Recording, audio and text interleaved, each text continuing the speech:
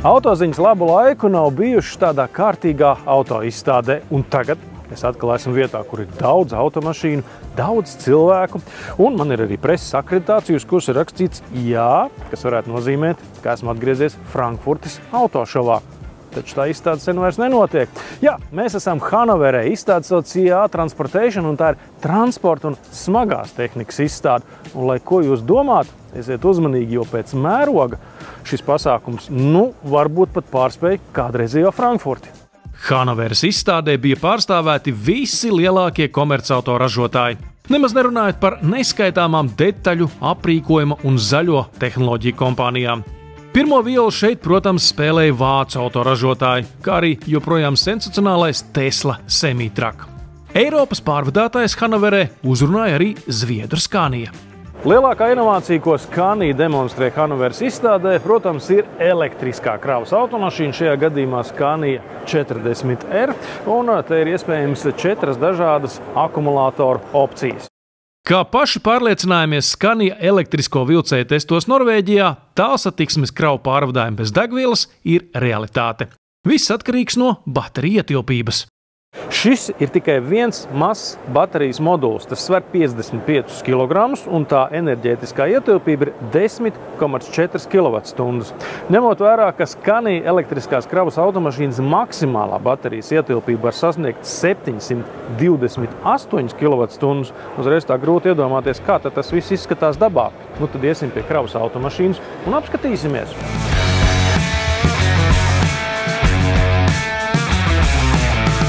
Lūk, dārgie draugi, tā izskatās visjaunākais elektriskais Scania kravas automobils, pie tam tas ir vilcējs.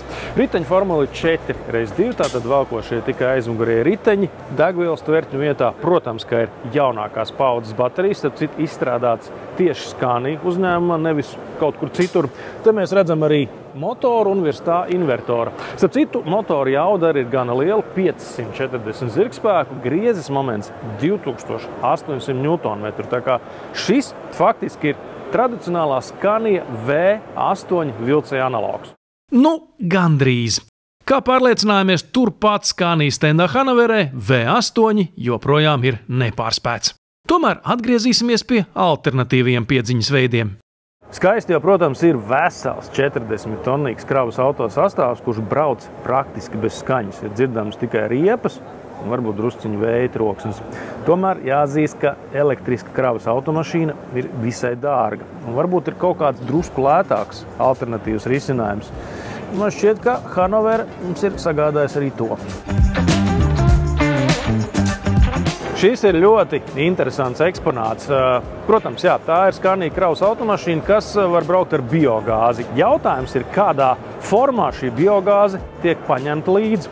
Vienā pusē mums ir saspiestas biogāzes tanki, otrā pusē sašķidrināts biogāzes tanki.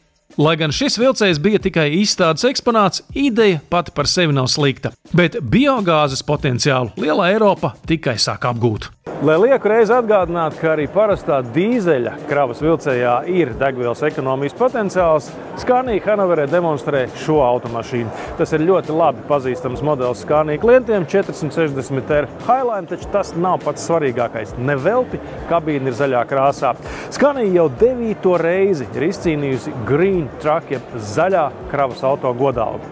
Šī gada godalga arī bija aprīkojuma izstādē, taču preses brīfingā Scania vadība izvēlējās uzsvērt zaļās tehnoloģijas un jaunākos pakalpojumus Scania šoferiem un autoparkiem. ProDrive aplikācija ļaus autovadītājiem kontrolēt degvielas patēriņu un pat savstarpēji sacensties. Savukārt Scania 360 servisa līguma pakotnes, kuras drīzumā sāks piedāvāt arī Scania Latvija, palīdzēs salāgot automobīļu apkopes un remonta izdevumus ar biznesa vajadzībām.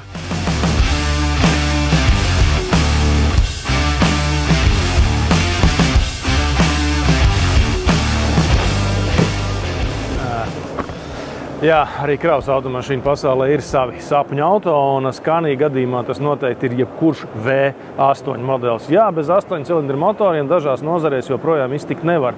Bet šeit Hanoverē svarīgākais V8 Scania vilcējā ir palicis apslēpts acīm, un tā ir jaunā G38 optikruīza ātrumkārba, kas nu ir pielāgota arī lielajam V8 motoram.